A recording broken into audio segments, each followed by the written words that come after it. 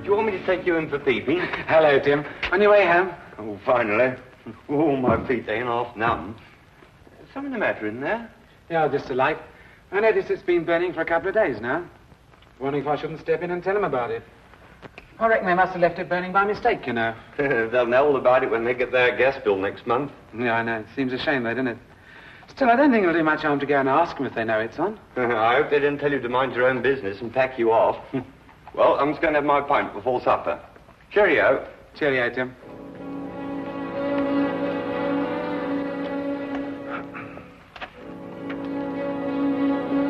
Afternoon, sir.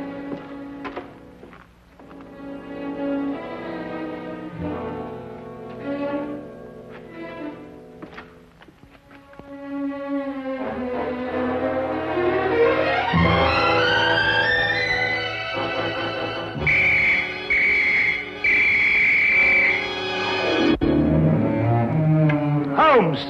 Poison? Yes, Watson. Egyptian, as a matter of fact. I'd read about it before, but I'd never worked with it. That's the key pot! Oh, yes, so it is. I'm sorry about that, but there doesn't seem to be anything else empty at the moment. Is nothing immune in this place? Really, Holmes, there must be something else you could have used. Oh, nothing to worry about, Watson. It's perfectly soluble. I'll have the pot washed out and ready for use by the time you come back from Regent's Park. You can save yourself the trouble. That's the last drop I'll ever drink out of that pot.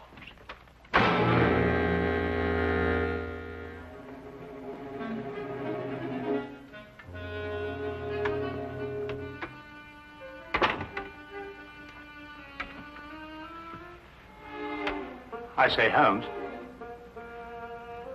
how in thunder did you know I was going to Regent's Park? Well, a simple deduction, my dear fellow. Take a look at your clothes.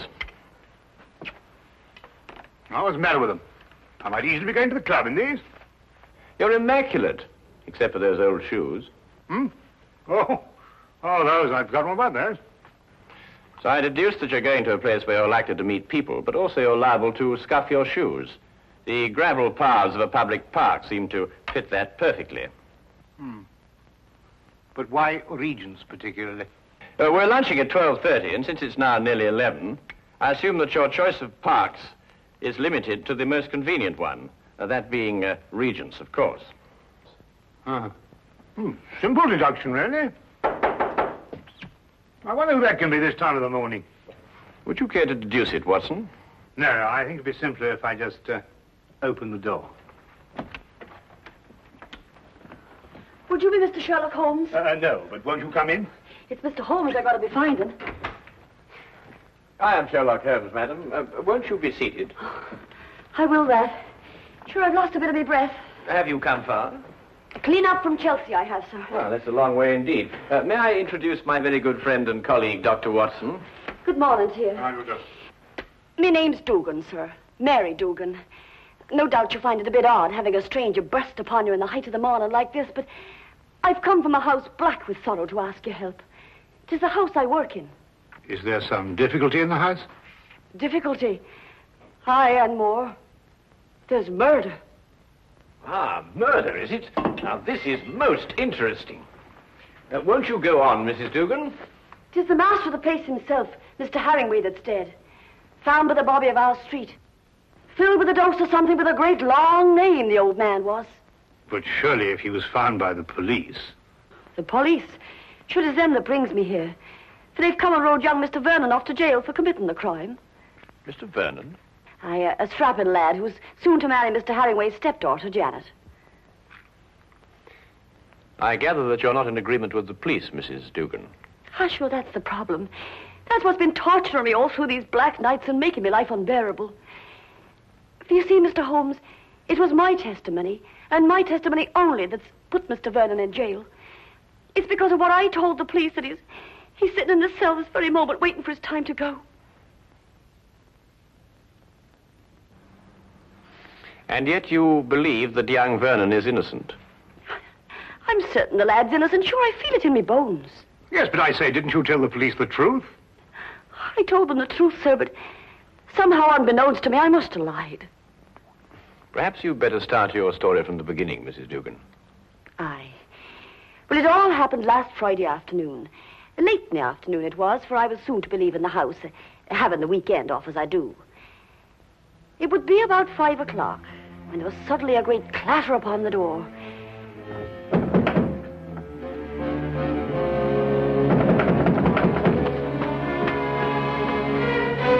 Hello, Mrs. Dugan. Oh, good afternoon to Mr. Vernon.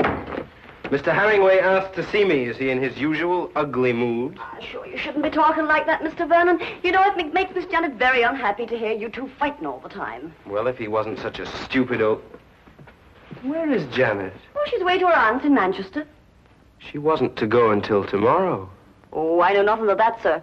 But I can swear he put her on her way this very afternoon. I doubt if her aunt's sick again. It looks like another of his tricks to keep us apart. Well, where is he? In his study. He's asked me to show you right in. Just a minute. My coat. I forgot something.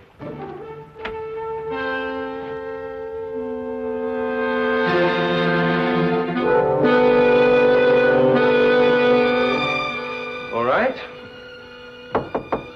Come in. Mr. Vernon, sir. Would that be all? No, Mrs. Dugan. I want you to remain. Remain, sir. Just sit over there and listen to every word that's said.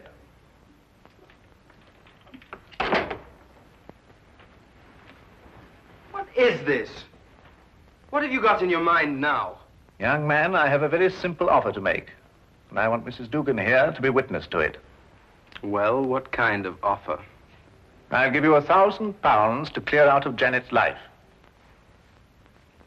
You must be out of your mind. On the contrary. Only a fool would refuse such beneficence. You disgust me. Your tastes don't interest me. I want only to rid you from Janet's life. Stay right here. I intend to finish. I happen to be in love with Janet. But I could hardly expect you to understand a thing like that. £1,000 is a lot of money. And for you, probably more than you'll ever have the rest of your life.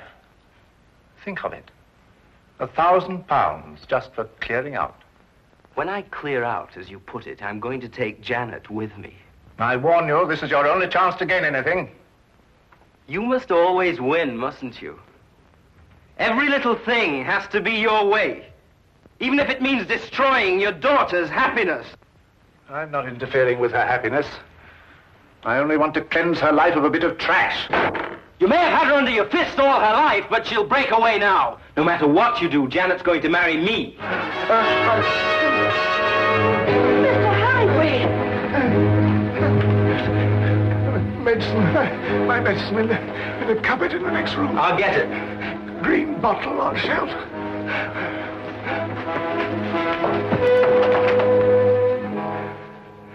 I never lose, Mrs. Dugan. I never lose. Oh, hurry, Mr. Vernon, please, hurry. Coming.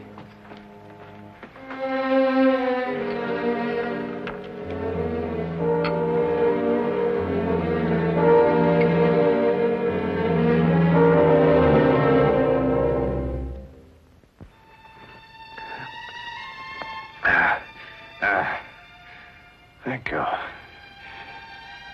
Feel much better. Well, there's no need to stare. I'm all right. Now get out of here. Both of you. Get out.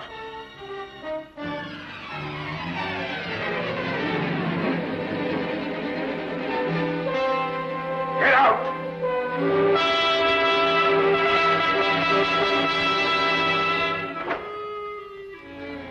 A few minutes later, I left the house. And that's the last I ever saw of Mr. Herringway. Alive. I see. And what did you tell the police when they questioned you? Sure, I told them everything. Just as it happened. About the bottle Mr. Vernon took out of his coat pocket. The sudden quarrel. Mr. Herringway's attack of illness. And Mr. Vernon going to get the medicine. And this was sufficient to have young Vernon remanded on a charge of murder? Aye, for the police informed me that it was the medicine, the very medicine that I saw Mr. Vernon give Mr. Herringway, that killed the poor old man. They say that poison was put into the medicine. Yes, but look here, that certainly seems to point towards the young man. When he went to obtain the medicine, he apparently slipped in the lethal dose. It seems that way, sir. But in my heart, I can't bring myself to believe it of him. That Inspector Lestrade, though, he won't believe another thing else. Lestrade, eh? He's the policeman who seems to be in charge of it all. Indeed. Inspector Lestrade, you hear that, Watson? We must go round and see him. Well, if you think it'll help. Aye. And 1,000 blessings on the pair of you. I don't know what we can promise you, Mrs. Dugan. I shall have to have a word with Mr. Vernon before I can express an opinion on the case. However, we shall certainly go and see Inspector Lestrade at once. I know it looks dark and all, but I must keep up hope. Well, I must be off. I don't like leaving Miss Janice alone for so long. Naturally, Mr. Dugan. Well, we'll certainly do our best. Thank you, sir.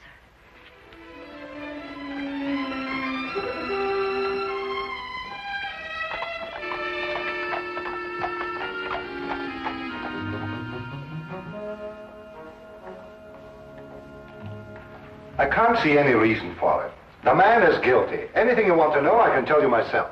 Oh, come, Lestrade. I only want to ask the young man a few questions. It's time for my lunch. You needn't come. Now, look here, Holmes. There was a very large dose of strychnine in that medicine. The only person who could possibly have put it there was young Vernon. Or Mrs. Dugan? No, she didn't have any reason to. Besides, Vernon was a chemist. He had access to all sorts of poisons. Indeed, he was a chemist. You hear that, Watson? Young Vernon was a chemist. Eh? Yes, indeed, Holmes. Yes, I thought you'd be interested to hear that. Well, I am indeed. It is most important, and I insist upon seeing the young man immediately. We have no time to lose, Lestrade. No time to lose. Oh, all right, all right, all right. I don't see what you can possibly gain from this. But if you insist, you can see for yourself. His whole attitude merely supports the evidence. Well, here we are. Inspector Lestrade. Yes, sir.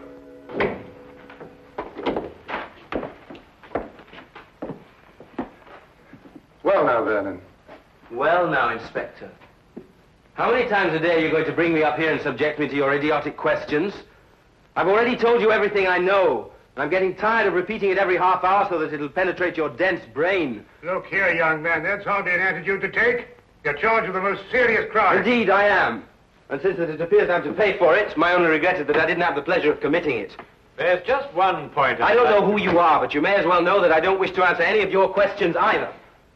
It appears I've talked myself to the gallows, and that should be enough. So good day to the lot of you. Good day to you, Mr. Vernon, and thank you very much. You've been most helpful.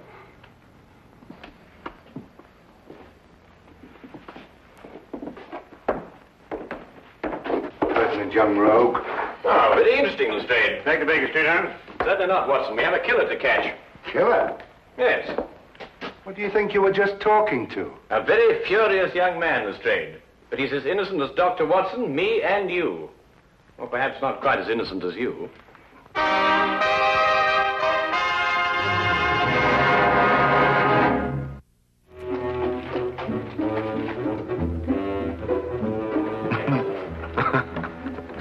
What can you possibly find to be so amusing? Huh?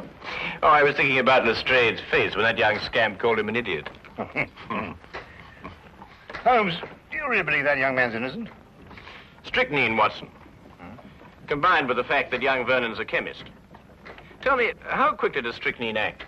Oh, a matter of minutes. Half an hour at the most. Exactly. He did not know that the house would be empty when he went to visit old Mr. Hemingway. He fully expected that Mrs. Dugan and Janet would be there. Right enough. Mr. Dugan indicated that. All right. Now, would a man with a wide variety of poisons to choose from choose a quick-acting drug, which offered him no chance of an alibi? Or would he be more likely to choose something a little slower, which would allow him ample time to be miles away at the time of death? Yes, I follow your reasoning, Holmes, but surely you don't accept that as conclusive. Oh, I didn't, until I spoke to young Vernon. But, well, you didn't learn anything from him, did you? Ah, here's the mortuary. Shall we go and have a close look at the victim, Watson?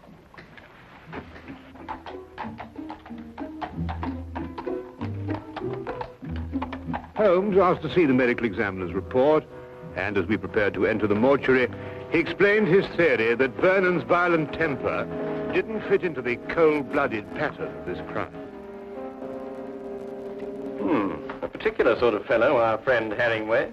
No, why do you say that? Well, notice the well-kept hair, the neatly trimmed moustache. Mm-hmm. Wasn't so particular about his hands, was he? What do you mean, Watson? Well, look, the dirt definitely packed in under those nails. It's even gone into the cuticles. I say it's a bit incongruous with this perfect manicuring. Yes, especially as this hand's absolutely immaculate. Wait a minute, Watson. What? This isn't ordinary dirt. This is soil. Well, amateur gardener, perhaps. These hands never did any gardening. They display a lifelong devotion to immaculate cleanliness. And this hand obviously became dirty too near to death to be cleaned. Mr. Holmes, here's the report you asked for, sir. Oh, thank you. What are you looking at that for, Holmes? You know the cause of death was strychnine. This should interest you, Watson. Listen. The blood test indicated an extreme leukocytic state, sufficient to be diagnosed as advanced leukocythemia. Well, Mrs. Duggan said he was ill, but not to that extent. Watson, tell me, how long do you estimate Herringway would have lived had he not been given that dose of strychnine? Well, it's difficult to judge with this information, but I'd say, well, certainly under a year. Then we are looking for someone who couldn't afford to wait a year. An impatient murderer. Then that fits in with Vernon's violent temperament. It appears so, Watson. It appears so. And yet there's still something missing. A bottle.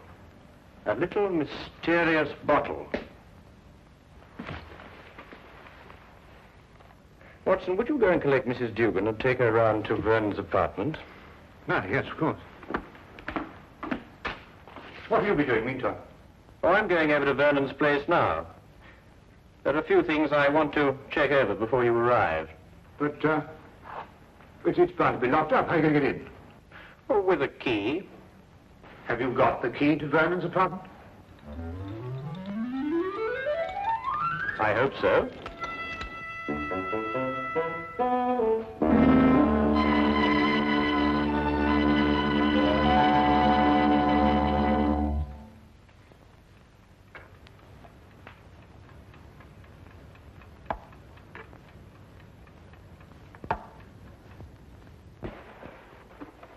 We came as quickly as we could.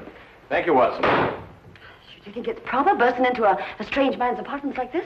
Well, it isn't proper in the least, Mrs. Dugan, but if we're going to help young Vernon, I'm afraid there's very little choice. What is it you want me to do? Do you believe, Mrs. Vernon, that you could identify the bottle that he took from his coat pocket on the day of the murder? Yes, I think I can. Good. Then would you mind examining these and take your choice, if any?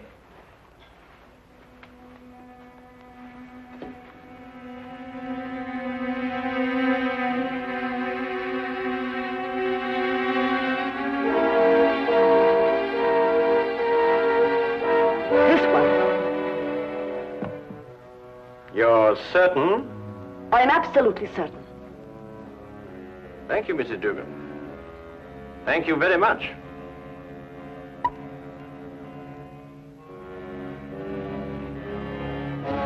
Holmes. It's all right, Watson. It's quite harmless. It's oil of cloves. Oil of cloves? Mrs. Dugan, I presume that your employer was a teetotaler. He was that. There was never a drop of anything at all in the house. Hated the stuff he did. Yes, but is it important, Holmes? It's essential for young Vernon, Watson. We have now only to visit Mr. Herringway's study to forge the final link of proof against a most amazing murderer.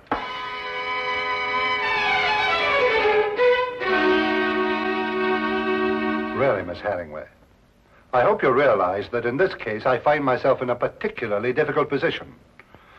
But as a police officer, I have no alternative. I must follow the dictates of the law. But Tom didn't do it. He couldn't have done it. It just can't be. Precisely the opinion I expressed to you this morning, Lestrade. Holmes. Oh, Miss Janet, this is Mr. Sherlock Holmes, and this here gentleman's Dr. Watson, his friend. It is because of me that they're here. You see, I went to them begging for the help. Help? It was your fiancé's arrest that prompted Mrs. Dugan, I believe. I see. Sit down, please. Well, really, Holmes, why do you persist in this? I've always had the greatest respect for your ability, but in this case, well, you astound me. Oh, now, come along, Lestrade. Well, it's true. Vernon had access to poison. He was here when it was taken. And above all, look at the motive. Just look at the motive. Who else had such a motive? Who else? Inspector, you didn't know my stepfather. He was a tyrant who loved nothing, no one. His whole ambition was power, and his whole pleasure was to rule. To my stepfather, my marriage meant only a loss of power, part of his kingdom, and he fought it in every way. Life here became unbearable after I met Tom. Mrs. Dugan can testify to that. Well, 'tis true he was not a kindly man, and he did begin to get a bit odd of late. I see. There were some flowers in this room. Where are they? Flowers, sir? Holmes. Now he's interested in flowers. Petunias, perhaps? Mrs. Dugan? Why, sure, I put them out in the yard to get a bit of sunlight, sir. So dark it was in here. Then there were some flowers. Mrs. Dugan, would you be kind enough to fetch them, please? Yes, sir. Holmes, what have flowers got to do with... Watch. You know, Inspector, your difficulties in this case really must be overlooked. Do you know that you've been deliberately duped? And very cleverly, I might add. I haven't been duped at all. I've got my man. Now, you see, you were looking for a murderer, whereas, of course, there isn't one. First it's petunias. Now there's no murder. There's a body, but no murder. You see, Mr. Harringway committed suicide. There was no indication of suicide whatsoever. No message, nothing. Well, naturally there was no indication of suicide, because it was deliberately planned to look like murder. Are you serious? Completely, Miss Harringway. You see, your stepfather was more of a tyrant than you imagine. Losing you to Vernon meant losing power. And so first of all, he tried to bully him. Then he tried to bribe him. And when that failed, he tried to kill him. Mr. Harringway tried to kill Vernon? Yes, Watson. By committing suicide in such a way that Vernon would be blamed and executed for Harringway's death. The stage was set, the heart attack was feigned, and Vernon was sent to get the medicine. If Harringway took the poison himself, where did he hide the bottle? Of course, that's right. The poison acted too fast for him to dispose of the container. But he did dispose of the container, Watson. And if my theory is correct, it should be in one of the two flower pots that Mrs. Dugan is holding.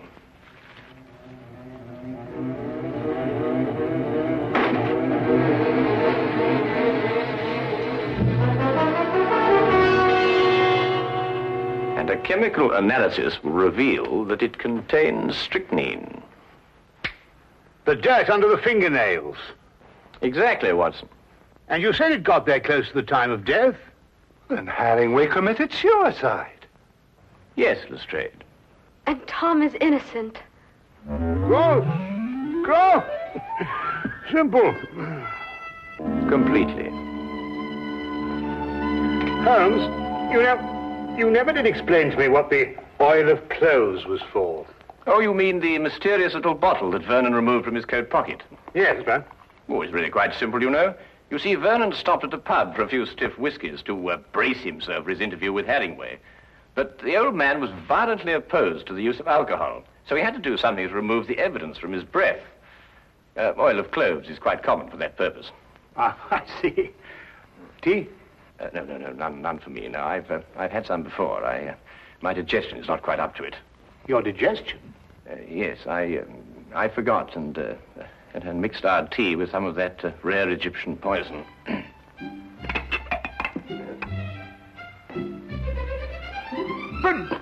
But confound it, man, the tea's ruined. Oh, fair enough, old man, but so's my poison.